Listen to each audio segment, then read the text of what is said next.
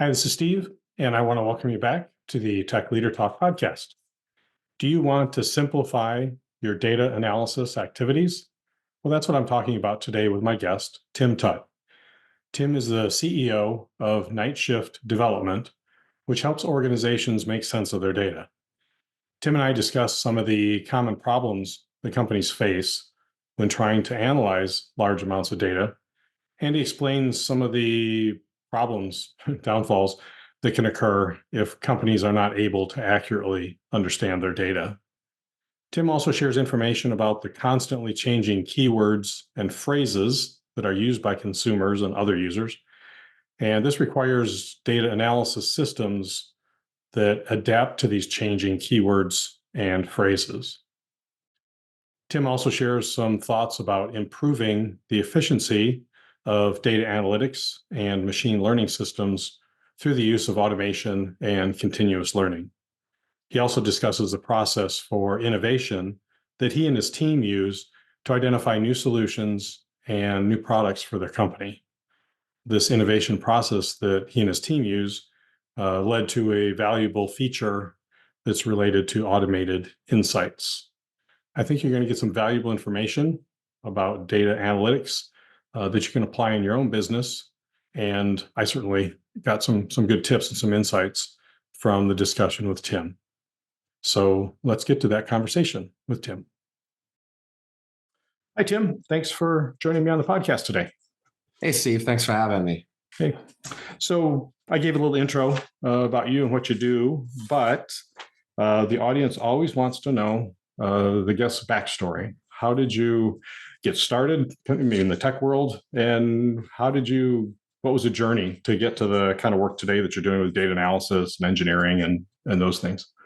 Absolutely. Yeah. So, I've actually been in the tech space for a long time. I actually got into it when I was really young. Started off building my middle school's website. I was like one of those kids that was like, going back and reading books when everything was you learn through books type thing. But reading books to learn how to program, and I got to a point where I got really into technology.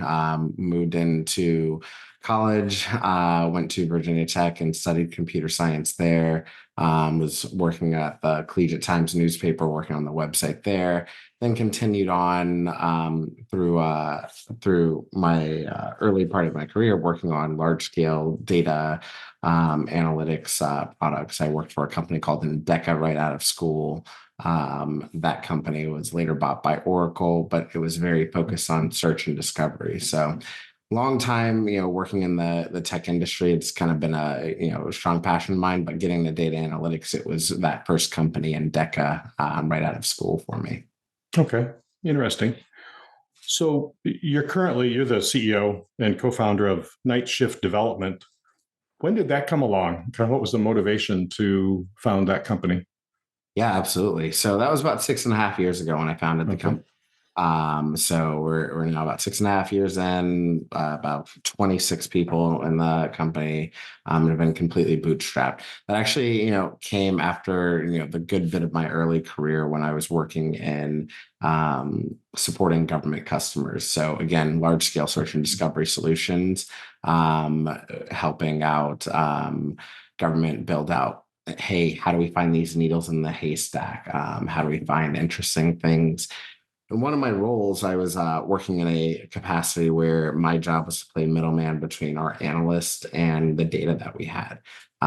So we had large supercomputer where I could go and write queries against that system, go pull data out, give answers back to our analysts. The analysts would then have more questions. I go run more queries, run back, get them answers back and forth, wash, rinse, and repeat. And for me, and I think for most engineers, most developers will tell you, if we have to do something more than once, we're going to automate it and never have to do that again. So I started working on doing those types of things, automating some of the processes that I had, but eventually got to a point where I said, look, I'm really still stuck in the middle here. My end users still have to come to me to get answers to simple questions. And that means I'm still doing not the more advanced, interesting technical problems. So I wanted to really move away from that.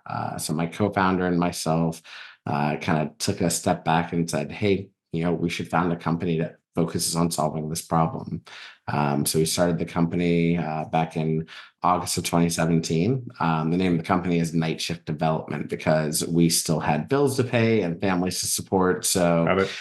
we kept our day jobs until we got to a point where we were able to go full time on the company. Okay. So what is it? What are the kind of things that you do now that the company does? Yeah, absolutely. So our core product offering is a product called ClearQuery. And ClearQuery, what it does is it allows people to get value from their data without needing to have that deep technical background. Okay. So people can come in and ask questions in natural language. So that's kind of where we started was, come in and ask a question like, hey, what were my sales, by product category in the last 6 months? Comes back with a nice visualization chart, gives people that easy insight into that data, and allows them to start drilling into it. We've also got a handful of other capabilities that we've built on top of it, but really the core of it was how do we make this as simple as possible for non-technical users to get value from their data? Okay. So before this product, or people who don't use this product, what are the problems they're facing trying to get intelligence out of their data? Yeah, most people are currently using a lot of Excel spreadsheets, or they have, what I was in the mode of a team of data engineers, data scientists that they go to and say, "Hey, I need answers to these questions, and I need someone to go and build me dashboards." Or using kind of more complex tools like Tableau and Power BI, which sure, simple once those things are created, but you still have to have someone in the middle creating those dashboards and answers. And when you need those things, on the fly, when you have a new ad hoc question, you have to wait for someone to go and build those. ClearQuery helps enable you to kind of get those answers faster without needing to come to someone like me in the middle. Okay. So it just speeds things up and maybe simplifies your team a little bit. Probably still need some data analysts, but maybe not for some of the routine stuff. Yep, absolutely. Okay. Interesting. So I saw a note somewhere, I don't know if it was in your LinkedIn profile or something. It says you have an obsession with data. Yep. What is that? How would you kind of describe that? Yeah, it's interesting. For me, I spent a good bit of time in school, kind of focusing on cybersecurity, and even prior to school, it was always fascinated with how companies use data about us to do anything. Yeah. So, for instance, walking down the street, when I walk into a store, the ads that I get on my Instagram account, which I will tell you, Instagram absolutely has my number. They target me, and I almost very, very often buy things from them. But what fascinates me about that is, hey, what is the data that they're collecting? How are they able to be so effective at targeting me? At the same time, from a cybersecurity perspective, what are the things, the bits of data that are out there about me in the world that can be used to target me from a cybersecurity perspective, Yeah. or me as an organization? So I am always constantly thinking about how data can be leveraged to a help impact a business, or b be used against me. And it also it becomes a really interesting mechanism for me to kind of think about what interesting things I might want to do with that data as I'm building out new products. So with ClearQuery in particular, a lot of the things that we started focusing on earlier were, hey, what are the simple questions that I might want to ask about data to find and dig into the core essence of an individual, or the core essence of a a pattern or behavior, and how do we understand what's driving that at the end of the day? Okay. Data has all of these things at the the core. Okay. So I'm guessing that the Clear Query product is built on some machine learning, artificial intelligence, so that it's continually learning based on individuals or companies and based on the different data coming in. So it just keeps getting smarter and better. Yeah, it continuously gets better. A lot of it is based on, hey, how our users are asking questions, what are the things they care about. Helps us to surface the right types of data to people. But we're also, as that data comes in, using that to understand, hey, what's statistically relevant and interesting for you so that we can surface those insights to those users Okay. in a very rapid fashion. Because I would assume some of the keywords or the phrases that users are using are going to be changing. Yeah, if it's a news headline or the latest technology release or whatever, and there's some new buzzword, then all of a sudden you need to learn that and kind of adapt that. Okay, this is the buzzword they're using today that they 2 weeks ago they used this one instead. Yeah. Absolutely. Okay. So it keeps you on your toes because it's always changing, or keeps the system, I guess, on its toes. It's a system on itself. Part of how we try to design it to make it as automated as possible so that it's continuously learning without us needing to necessarily be in the middle. Right. Uh, you know, when building the company, when we first started, there was a period of time where I had to be in the middle. I had to be touching something, to make sure everything worked. Now that Yeah. we've gotten away from that, we can throw it over the fence and everything continues to move. But that's part of the journey in building software. Yeah. Never ending updates and revisions.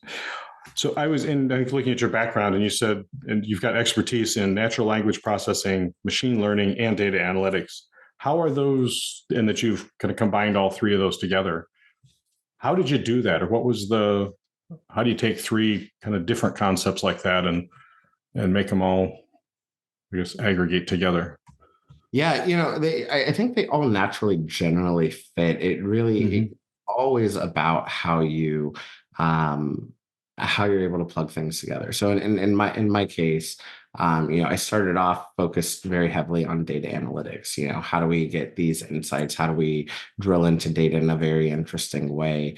And as I kind of moved on from that, and as I wanted to kind of get a little bit more advanced in my skill sets, machine learning AI was always this really interesting field. And back Yeah. when I got started in it, it was this heavy new thing of, hey, um, how do we help automate things in a more efficient way? And again, for me, efficiency is key. That's always been kind of my key driver. So, if we can teach machines to do things that humans should be able to do, um, we can work on more interesting problems. Yeah. So, driving that from a machine learning perspective, that's where I got into machine learning. And, natural language processing is just a subset and it fit very naturally into this data realm that I was operating in. How do we get to understanding users' intent when they ask a question? Yeah. How do we get to, automatically surfacing insights for users? How do we extract the right keywords and entities from a document, people, places, organizations, and those types of things to allow people to get the value that they need out of that data. So they all started to naturally fit, as I was kind of, coming up in the world. And again, it was really about solving this problem. How do I solve this problem of getting myself out of the way so that my end users don't need me in the middle to get answers to their questions?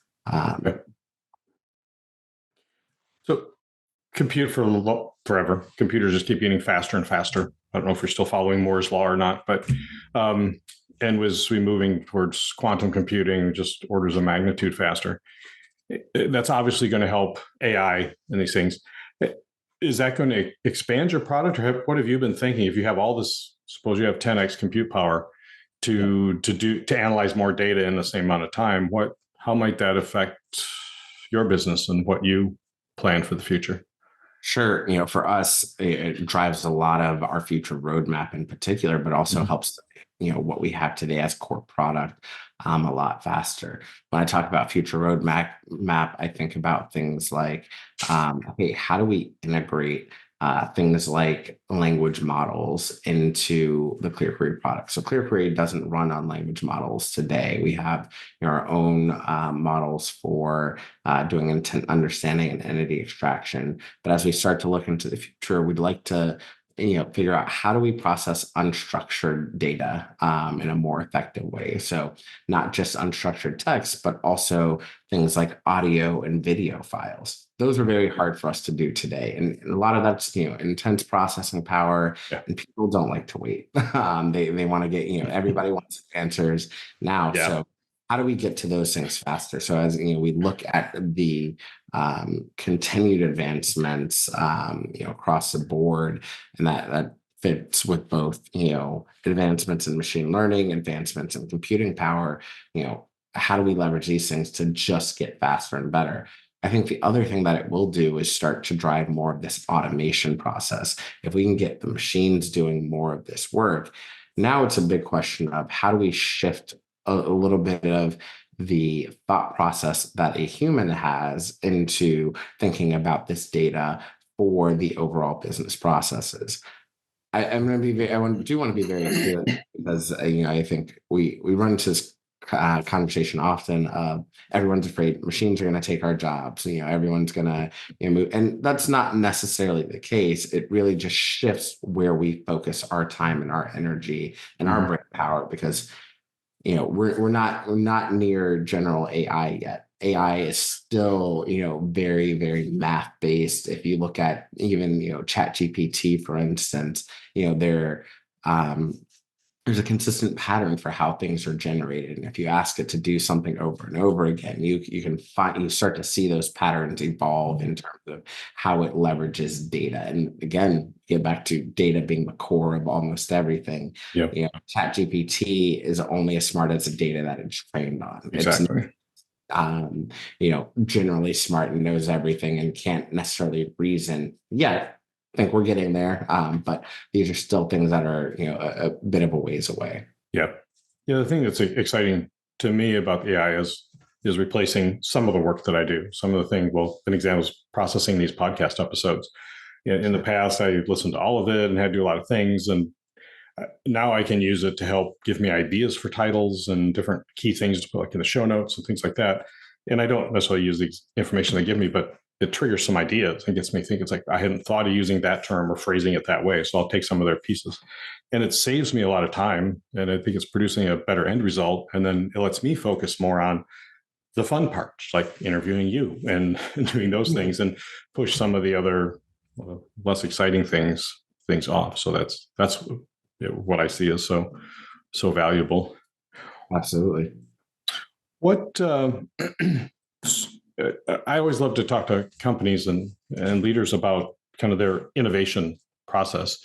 So you just mentioned that you saw a need for the Clear Query product. What was the process, without giving away any of your secrets, but how did you innovate? What was the process for taking that, okay, here's the need, and then pulling together the pieces and kind of iterating it to get something that was actually functional and valuable?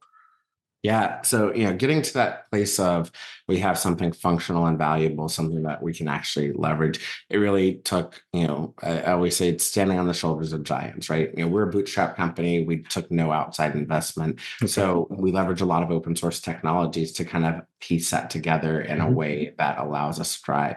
Elasticsearch is our core backend data store, and there's a lot of capabilities inside of Elasticsearch that we're able to leverage and use. I had a deep background leveraging Elasticsearch for large-scale search and discovery things. I also had a pretty deep background of using it for analytics use cases. So it kind of helped me build out this, story of, hey, how can we leverage something like Elasticsearch for building out an analytics capability in general? Okay. Again, thinking about how we automate things, how we get data in, and the innovation really started to come. Getting the first initial version of the product launched. It was that initial idea. We want to be able to have people ask questions in natural language. They can ask me a question, they can get things done. And ran through a couple of different mechanisms of how that could be done initially. Hey, do we have scripts and pre-baked questions that people can ask, or do we make it a little bit more generic? And we got to the more generic piece, and that was kind of where we started. Now that we've got the product up and running, a lot of our innovations and our new thoughts for where we want to move in the future come from our customers. What are our customers' needs? What do they have? Our very first innovation after we launched was a capability that we call automated insights. So initially, you could come in and just ask questions of your data, and we had a customer using. They said, "Hey, this is great that I can come in and ask these questions, but I don't always know what questions to ask. Well, I don't even know where to, begin here." So we created a capability called automated insights, which will automatically look at your data and surface statistically relevant information for you so Okay. that you can start drilling into those things without necessarily needing to know where to start. And that happens from the second you ingest your data into the system. Okay. A lot of it comes from hearing the problems that our customers have and thinking through, well, how can we solve this in an efficient way for those customers? Mm-hmm. Yeah. Customer feedback is valuable and priceless and easy to get once you've got the customers, a few of them. So what if there's a listener or some that are interested in starting their own company and maybe trying to bootstrap it, what tips would you have for them, the first getting started, the first few steps? Yeah. First thing I'll say, and I say this to everyone that asks this question, just start. That's the first. Okay. Getting off go is the hardest part. A lot of people spend a lot of cycles, including myself. I spend a lot of cycles thinking through things before, I got to it. And you run into this whole of I'm never going to get off go, never get off go, and really it's just that you have to start, and if you don't start, you're never going to Yeah. even get rolling. Second thing I would say is talk to everybody about your idea. There's this natural inclination, and again, I had the same problem when I was getting started, to kind of keep your ideas and your secrets to yourself because you're afraid someone's going to take your idea and run off with it. you know there's a chart that I always reference, and it talks about ideas versus execution. Ideas by themselves are completely worthless. Ideas with no execution are absolutely worthless. Yeah. Ideas, a poor idea with great execution can still be $1 billion company, right? Mhm. And this is where I think a lot of people tend to kind of overthink it. Even if someone takes your idea, if they can't execute it as well as you can, they're not going to get to the same place that you can, Yeah. uh, in the long run. So, um, you know, I wish the resources that I had, that exist now, were available when I was growing up. There's so much available on the internet where you can, I need to learn to code. I need a resource to build a quick web app. I need, no code experiences. All these things are, rapid and very available now where you can get started, prototype something and just get it in front of people and then Yeah. keep moving very quickly. These things did not exist before. So Yep. today, I'd say the answer is, find those resources. They're available. It's all out there. And if they're not, that becomes an area of true innovation for you, where you can really start differentiating your company. Yeah. Yeah. I was talking with someone recently, and they're launching a company, and it's a machine. It's like a robotic arm type system. And with free tools, they were to create these amazing 3D images and then add motion to it. Yeah. And in under a week, and then they show this to people rather than just a sketch or trying to describe an idea on a whiteboard. And yeah, that wasn't an option a couple of decades ago when I was getting started. But yeah, so I guess it makes it easier, but I guess it also lets more people come in and be competitors a lot easier too, because there isn't as much barrier to entry. Sure. I agree that's true. I think, really that's where it boils down to, how you execute, how you differentiate yourself. So, it's, hey, yes, lower barrier to entry. So now competition is stiff. I'm in the data analytics space. Competition is very stiff. We've got, a lot of, major competitors in this space. But we have a couple of core differentiating capabilities. And, one of ours in particular is that focus on the non-technical user, that focus on making this as human as possible for anyone to come in and get started, where you don't need training, you don't need a, Okay. tech background type things. In some cases, it's hey, I'm able to market to a number of people that need this product in a very effective way.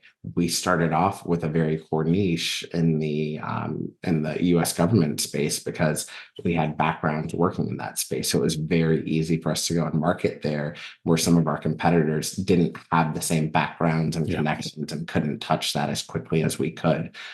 So it allowed us to grow, that way. So, thinking about that core, hey, how do you get started? What do I know and what can I, touch quickly? That's really going to be the fastest path to, accelerating your company growth. Okay. And you'd mentioned just a little bit ago that getting feedback from existing customers or even potential customers is valuable. What have you found is the most effective way as you started growing and getting a few customers, or maybe just prospects, to kind of get their feedback? Is it something simple as email? Is it something that you really need to do by Zoom or by phone live? Yeah, even as simple as email. I Okay. think in large part, early on, I did a lot of email responses, back and forth. Hey, what did you think? What was Yeah. your initial impression? These days we have more tooling involved where we can say, hey, I saw you were, doing this, kind of in a POC environment. So, we can kind of, dive into where they were having problems. What did you run into here? What would you expect? And then I always love doing Zoom calls because you get a lot more of that personal, interactive feedback Yeah. here. And especially when you can share a screen and say, oh, let's walk through this and let's Hmm. talk about what you would like to see, if this were to be improved type thing. Yeah. Okay. Yeah. That's the visual component is often important. So, in your current role as CEO of Nightshift Development, what's the favorite part of your job? What do you love the most? Yeah, I think it's interesting. I still love doing a little bit of the tech innovation things. So I now have a VP of engineering that kind of runs my engineering team. But I'm a technologist by trade, so I still love doing that part. I'll tell you what surprised me in particular is sales. Sales becomes your number one job. If you are CEO of a company, Yeah. it is your number one job. You are responsible for making sure people hear the messaging and making sure people understand what it is that you do and that you're communicating that in a very effective way. And it surprised me how much I enjoyed that piece of it. Okay. I don't think I expected it like that because again, I'm a technologist, Mhm. not really a sales guy, but it's definitely been something that I've enjoyed doing, as a part of my job. I suppose when it's your product, it's your baby that you built the company. That's Sure. maybe I assume you come across more passionate or more excited and more effective. Yep, I think that is true, and I think people see that genuine nature there. There's some other parts of the job though that I think are more intrinsically rewarding for me. Mhm. You know, we've grown, like I said, 26 people now, and I've been completely bootstrapped. We've had, I think it was 4 or 5 of our employees buy a home for the first time. Nice. Kind of working. So like those are things that are just rewarding for me Yeah. personally. Being able to kind of grow and build this company. Okay. So what's ahead for you and your team in the next 12 or 18 months? Yeah, absolutely. So, continued innovation is definitely a key here, right? I mentioned a little bit of this earlier. How do we deal with things like unstructured data? Okay. Unstructured text, audio files, video files, and those types of things. But also, how do we operate on this side of when data's coming in, when it's not clean? How do we get Mm. that cleaned on the way in? Because one thing about data analytics, the story is garbage in, garbage out. Yep. So, how do we make sure that you're able to clean that data as it's coming in? So that's becoming part of our, overall innovation story within the product itself. So continuing to evolve those bits of the product and really focusing a bit more on the commercial market space for us. Like I said, historically, a lot of government. We've done a bit of commercial, but now we're starting to really lean in and focus heavy on that commercial market space in general. Okay. Well, I'm sure that will keep you and the team busy for for a while.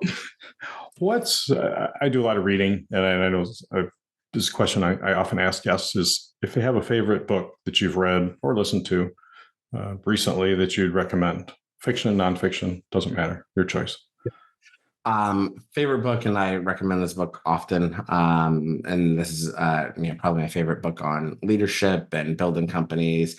It's called The Hard Thing About Hard Things by Ben Horowitz.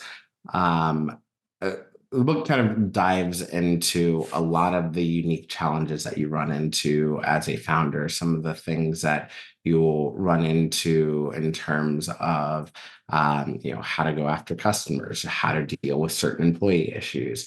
And it kind of hits from every different angle. And, as a founder, I read that book, before and right as I was starting the company. And then as I continued growing, I found myself referring back to it often, Okay.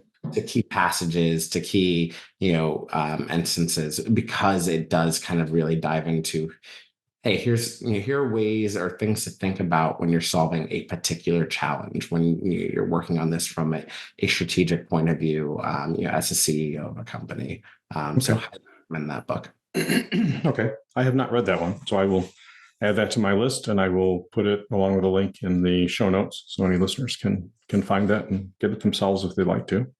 But I want to say thanks for coming on, Tim. This was a great conversation. I've learned a lot, and I know the audience has picked up some good things too that can help them in their work.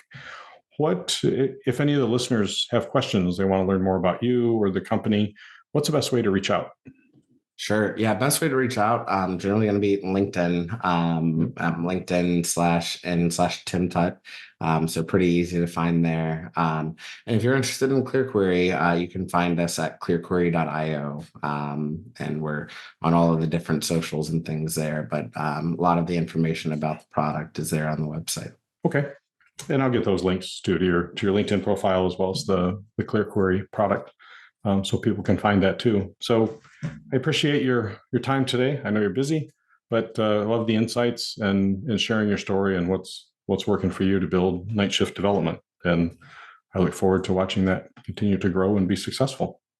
Hey, thanks so much for having me on, Steve. I really appreciate the time. Okay. Yep. My pleasure.